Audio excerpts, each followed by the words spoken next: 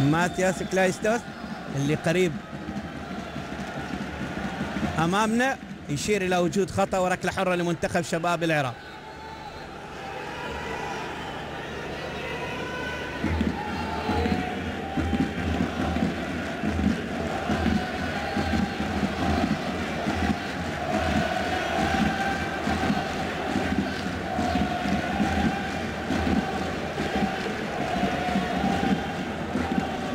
علي عدنان على التنفيذ.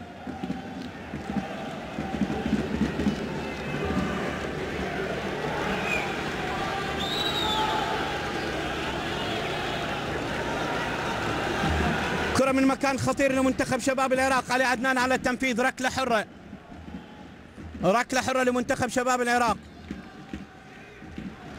علي عدنان يلعب الكرة خطيرة. جول جول. الله الله يا عراق، الله الله يا عراق، الله الله يا عراق.